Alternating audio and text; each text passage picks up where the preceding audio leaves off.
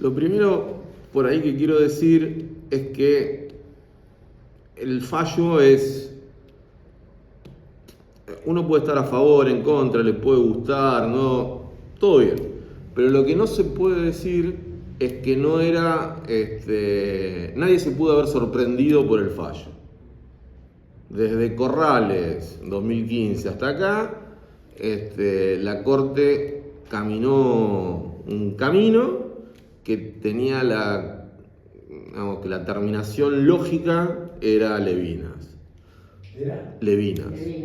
Todos los jueces, tanto la mayoría como la disidencia de Carlos, eran lo que venían diciendo y escribiendo. Nadie se pudo haber sorprendido ni por el fondo ni por los votos. Digo, era un problema de tiempo, cuando por ahí no fue razonable en el momento, pero nadie se pudo haber sorprendido ni por el fondo del fallo ni por cómo votaron los ministros de la Corte, que repitieron las cosas que venían diciendo en los últimos años.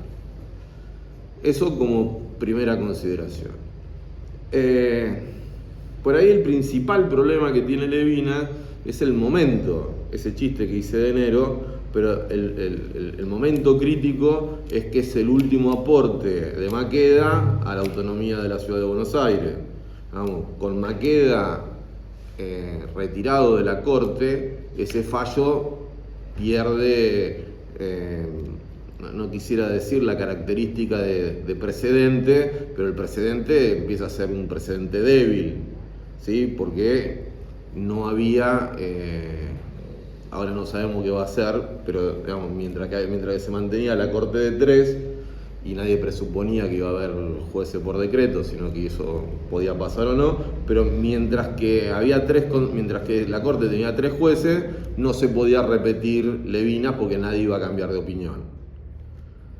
Entonces, eso era un problema. Si Levinas hubiese salido un año antes, seguramente el revuelo que se armó en las cámaras no hubiese sido tan importante como lo que terminó pasando. Decíamos que la Corte fue construyendo un caminito donde desde Corrales, Nisman, en adelante, fue como haciendo un caminito, diciendo que, primero dijo que la justicia nacional era una justicia transitoria, que los jueces federales no eran lo mismo que los jueces nacionales. Después, en Bazán, que es el antecedente, el principal antecedente a Levinas, dice que los jueces no federales de la Ciudad de Buenos Aires son todos iguales y que el máximo tribunal, el superior tribunal común es el superior tribunal de la Ciudad de Buenos Aires. Entonces manda a discutir una cuestión de competencia entre la Cámara, entre un juzgado nacional y un juzgado de la Ciudad de Buenos Aires al superior tribunal. De ahí a que en ese camino el superior tribunal toma Bazán y construye Levinas. Entonces dice, si yo soy el superior tribunal de la causa para resolver competencia, lo soy para todo. Acepta un recurso de inconstitucionalidad que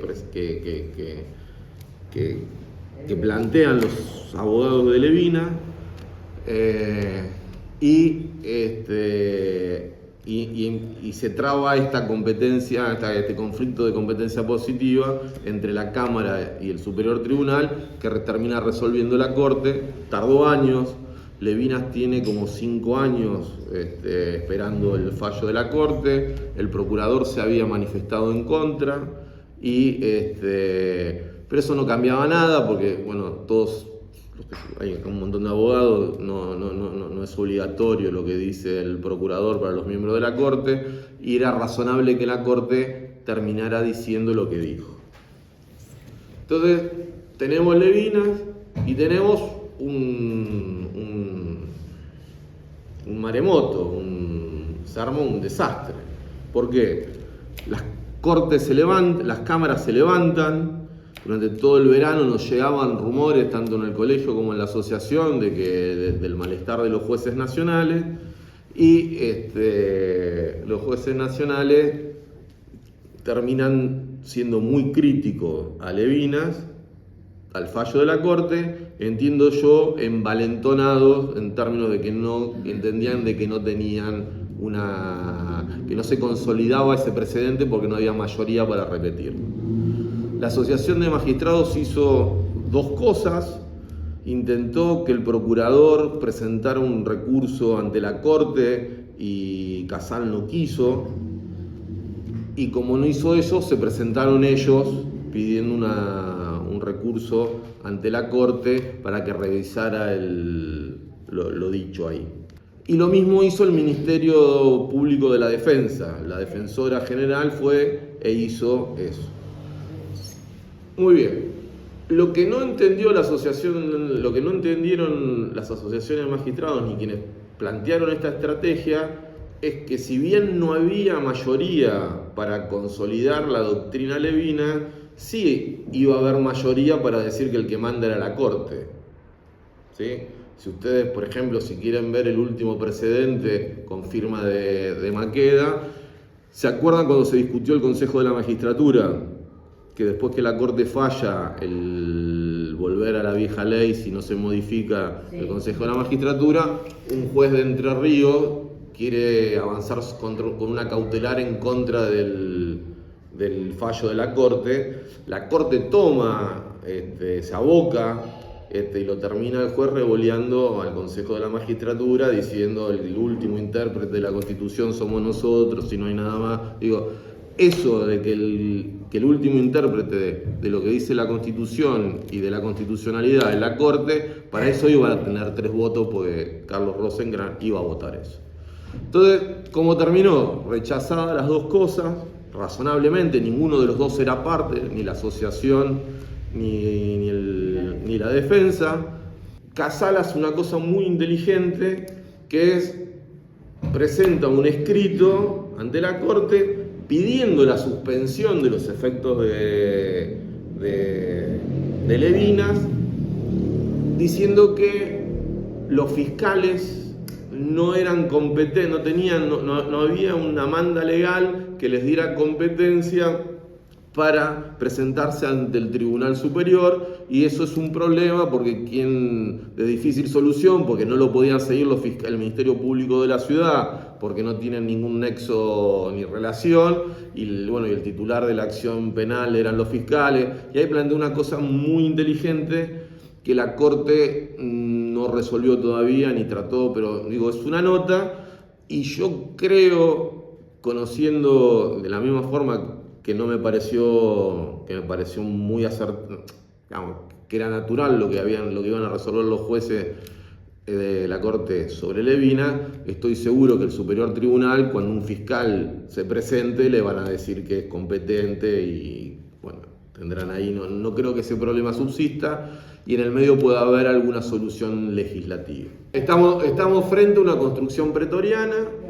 En los primeros años en la facultad nos enseñan la división de poderes, que los jueces no legislan, qué sé yo, pero todo eso es macana. Los jueces legislan, a veces legislan bien, a veces legislan mal, pero digo, para que tengamos una idea, el amparo en la Argentina es una construcción pretoriana, en el 56, Cot y Siri, y primero contra un acto público y después contra un acto de particulares, y después 10 años después aparece la ley, y en el 94 en la Constitución el amparo como derecho constitucional. Entonces los jueces legislan a veces, de hecho el control de constitucionalidad no hay una norma, es un fallo, uno de los primeros de la Corte norteamericana, donde Marshall inventó que él era el intérprete de la Constitución y sale de un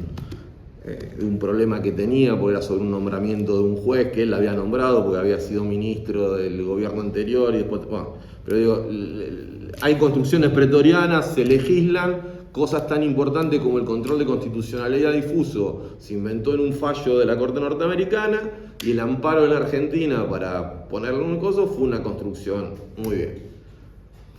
Más acá y más simple y más parecido a esto, la cuestión civil. Cuando la Corte dice, antes cuando el Estado provincial era parte, se discutía en la Corte, en Barreto la Corte cambia ese criterio y dice, bueno, ahora vayan a discutir a la provincia, y cambia el procedimiento, y todas las causas que estaban ahí esperando que la Corte las atendiera terminaron ir a litigar a sus provincias, con lo cual no es la primera vez que la Corte hace esto, aunque si nos miramos y lo ponemos exquisito, todos entendemos que la disidencia de Carlos está bien, pero entiendo el fallo de la mayoría. La Corte viene diciendo hace 15 años por lo menos,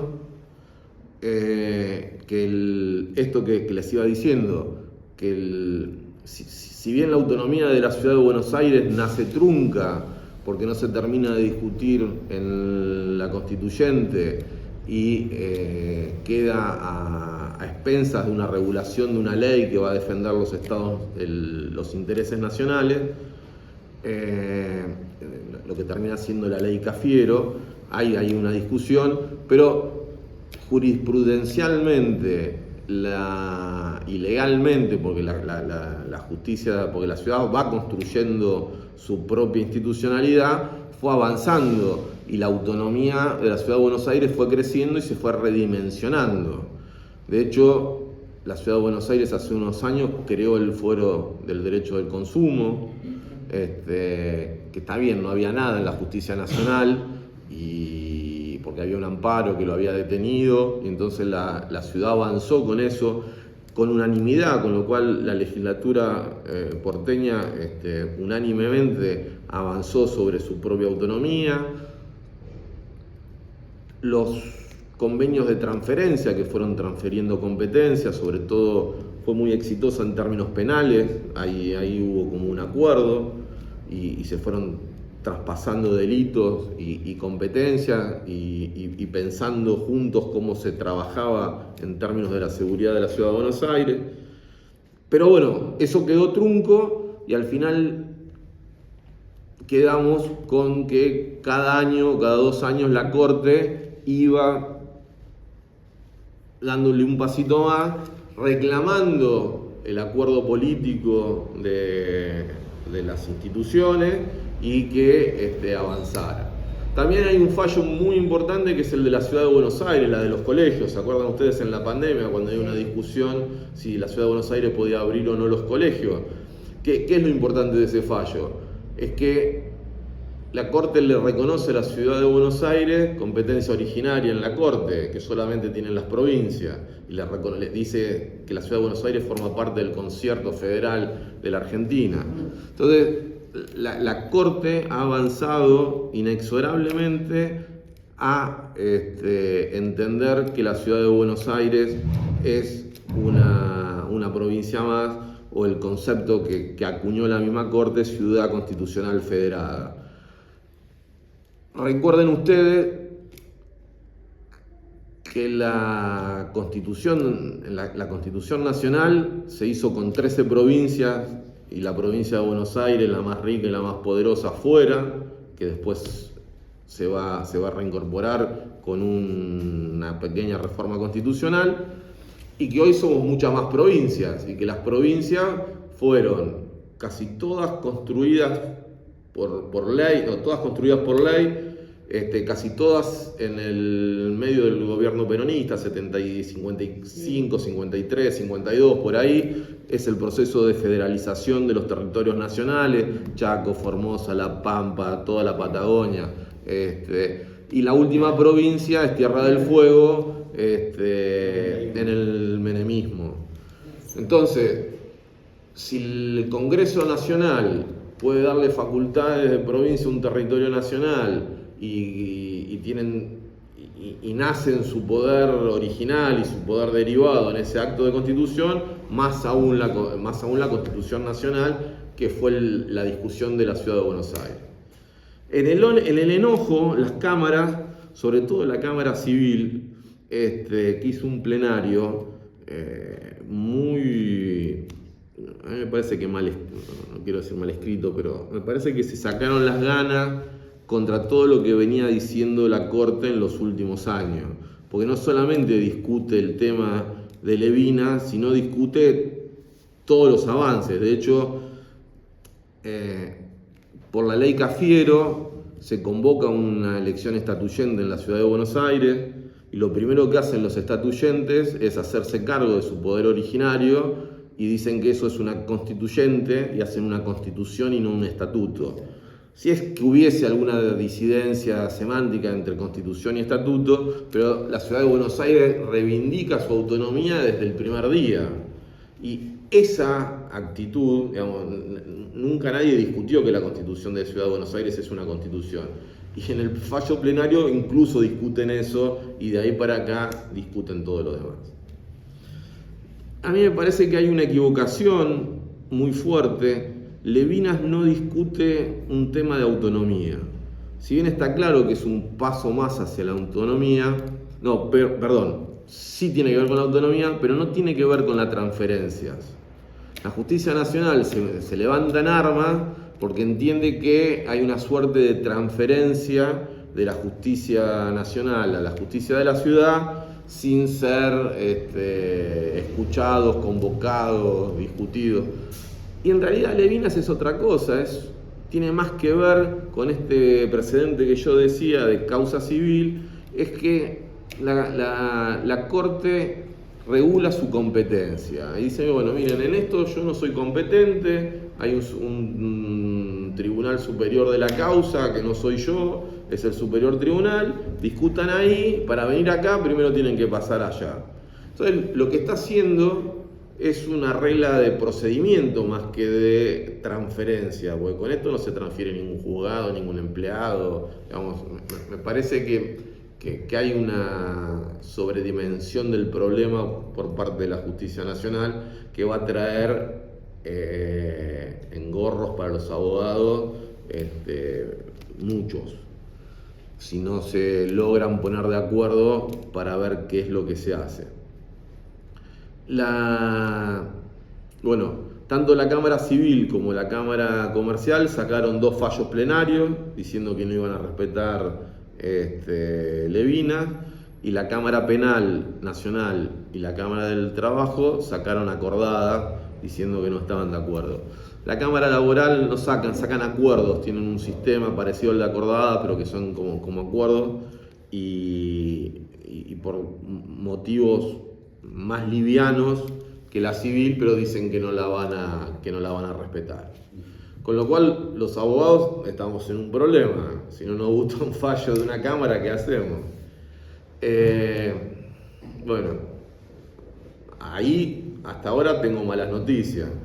No vamos a tener otro remedio que presentar las dos cosas. Vamos a tener que presentar el recurso de inconstitucionalidad y el recurso porque no sabemos cómo termina. Porque ahora hay un juez nuevo que no sabemos qué opina del tema.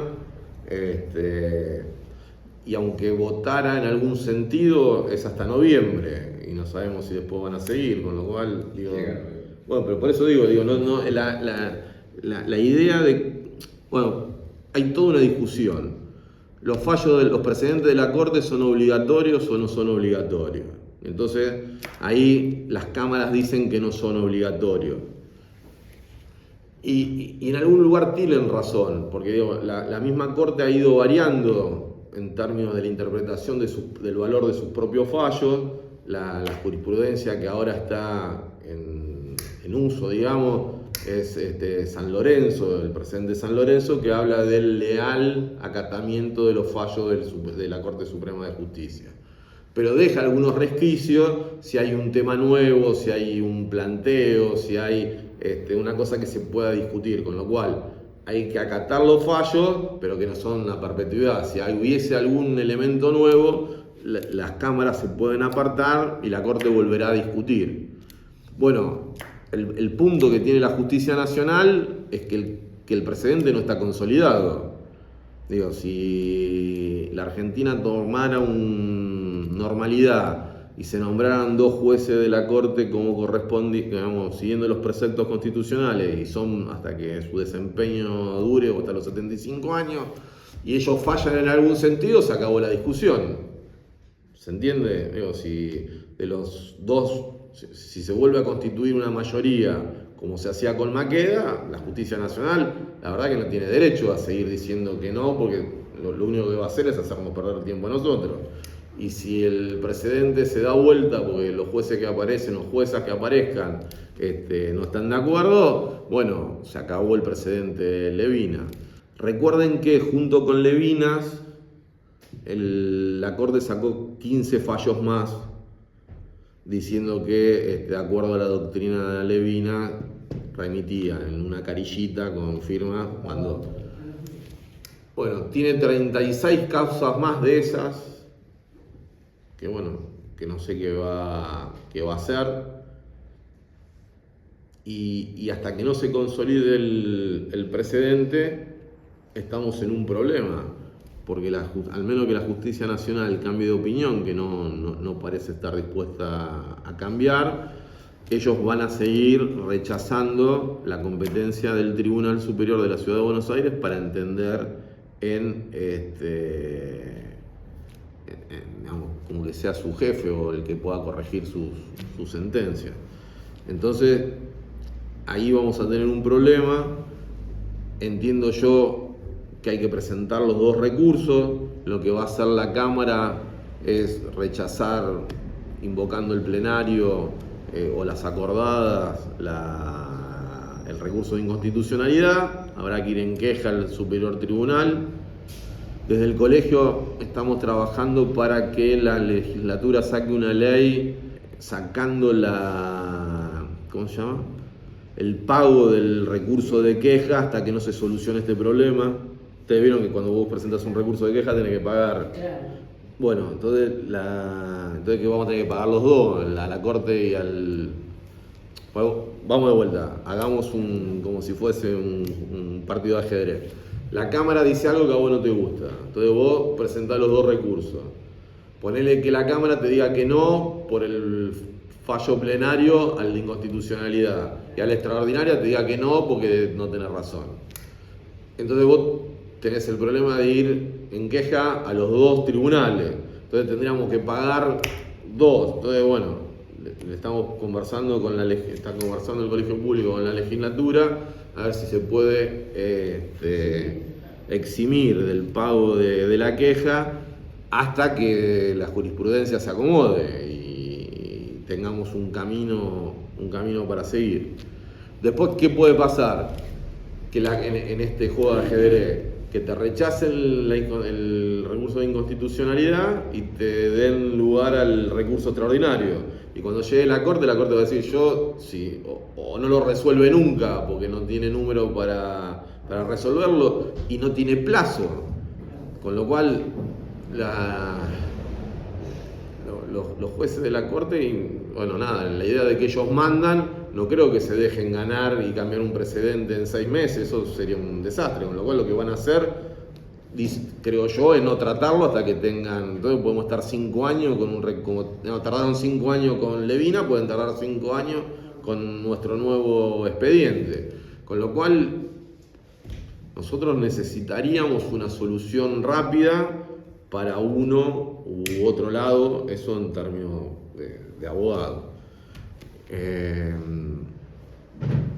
Y si la Cámara te concede el recurso extraordinario, la Corte, si lograse tener número, te va a decir que ellos no son competentes y te va a mandar bueno.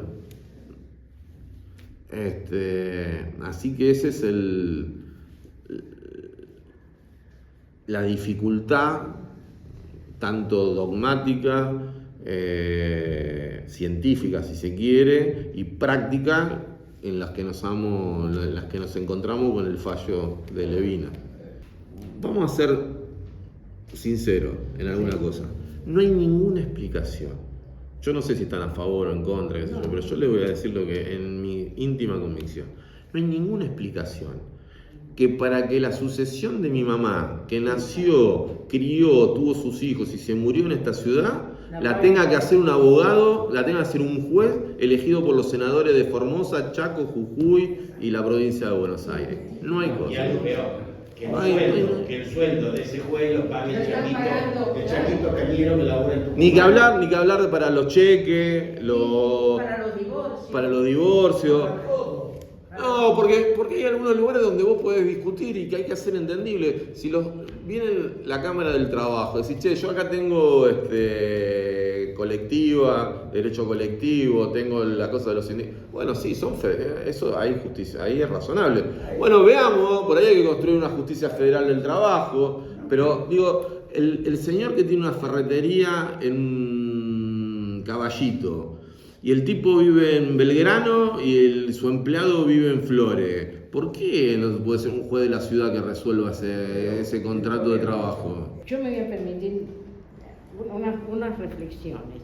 A ver, por ejemplo, en la Constitución Nacional, en la reforma, se está hablando, y todos los textos vinculados con la autonomía de la ciudad, la está colocando en el mismo plano que una provincia. Uno de los argumentos que creo que fue de la Asociación de Magistrados es que la ciudad de Buenos Aires no firmó los pactos preexistentes.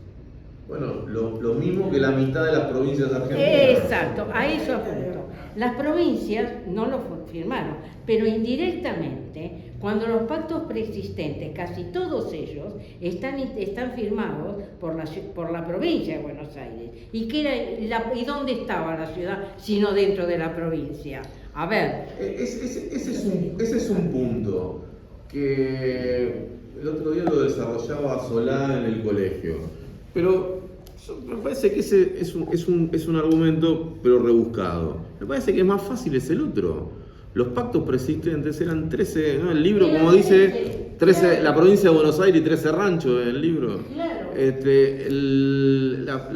La Constitución Nacional, en los tiempos de la Organización Nacional, eran 14 provincias. 14 provincias y gobernaciones. 13 formaron parte de la Constitución, la provincia de Buenos Aires se extinguió y después nos volvimos a juntar. Sí. O sea que la mitad de las provincias argentinas no firmaron ningún pacto preexistente. Y se entiende que cuando vos federalizás un territorio y lo haces provincia, nace como, a partir de ahí tiene poder originario, poder no derivado, nace como provincia con todos sus derechos y sus obligaciones. Si lo puede hacer una ley del Congreso, ¿por qué no lo va a poder hacer la Asamblea Constituyente?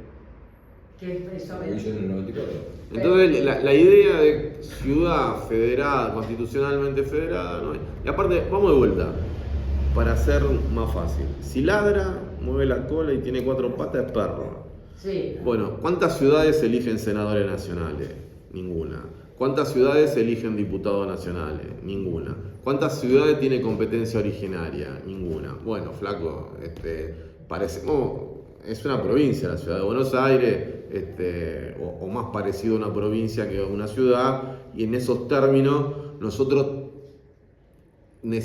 merecemos ser ciudadanos de primera y tener los mismos derechos y las mismas obligaciones que tienen nuestros hermanos de la provincia de Buenos Aires, de la del Chaco, de la de Chubut, de la de Tierra del Fuego, que es elegir a nuestros jueces, elegir a nuestros gobernantes, darnos nuestra política. Cuando me recibí, el registro de la propiedad estaba en el 7º piso en la terraza de tribunales del Palacio de Justicia. Muy bien. Todas las inscripciones de dominio de los territorios nacionales estaban acá.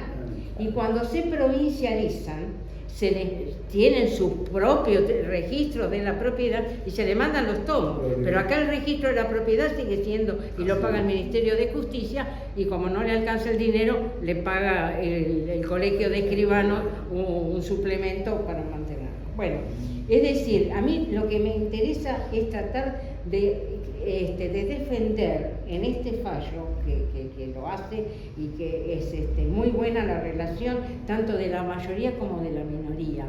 Jurídicamente, tengo que decirlo, me gusta más lo que dice Rosenkrantz, porque parecería, pero en el objetivo los dos están diciendo: venimos acá a suplir lo que no hace ni el gobierno nacional ni el gobierno de la legislatura. Porque lo único que difiere Rosenkrantz es que no quiere legislar. No se garantiza, hace falta ley. Claro. Es lo que dice, él toma la posición de Elena. Sí. Diciendo, pero además hay otra cosa que a mí me sorprende. El fallo, cuando termina, dice notificar a los gobiernos de la ciudad y al gobierno nacional, que no fueron partes en ese juicio, y publicarlo en el boletín oficial. Bueno, porque y lo publicarlo en el boletín oficial. Desde Corrales para acá, la Sí. Corte viene insistiendo y dice la autonomía de la ciudad de Buenos Aires, qué sé yo, que esto, que lo otro. Insto a los poderes políticos a llegar a los acuerdos y a la... ¿Entendés? Digo, la Corte lo tiene dicho. De hecho, no me acuerdo si es en Bassano, si es en este dice a 30 años de la Constitución, a 15 de Corrales, a 5 de Bazán, qué sé yo. Nadie me dio, nadie hizo lo que yo dije. Bueno, se acabó. Levinas aporta a la autonomía de la ciudad de Buenos Aires porque reabre debates. Sí. Y porque, bueno, que el Superior Tribunal sea el que corrija las sentencias de las cámaras nacionales es un paso adelante, pero no se está discutiendo la transferencia de la justicia. La Corte podría inscribirse, desde Lorenzetti para acá, la Corte se fue intentando construir a sí misma como un tribunal constitucional y sacar, ocuparse de los grandes temas, de los lineamientos, qué sé yo. Y esto también se podría inscribir en esto. Me saco todos estos problemas de encima y yo, vayan primero allá y después vengan.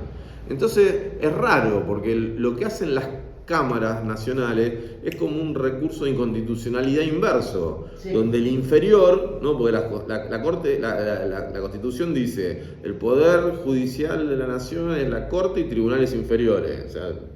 O sea, los tribunales inferiores le están diciendo a la Corte, sí, qué es lo que tiene que hacer. La Corte dice, yo esto no lo resuelvo mal, lo resuelve fulanito. Y viene un tribunal inferior y dice, no, mira, vos lo tenés que seguir. Bueno, ¿quién va a ganar? Va a ganar la Corte. Será un mes, 2, 3, pero vamos, ¿por qué al organismo superior le va a dar una orden? Porque la discusión es los efectos, son erganomes, es en la causa. Pero al ser procesal, y la Corte diciendo, digamos, si bien es una construcción pretoriana, pero es sobre su propia competencia, es muy difícil que no termine la Corte ratificando su posición.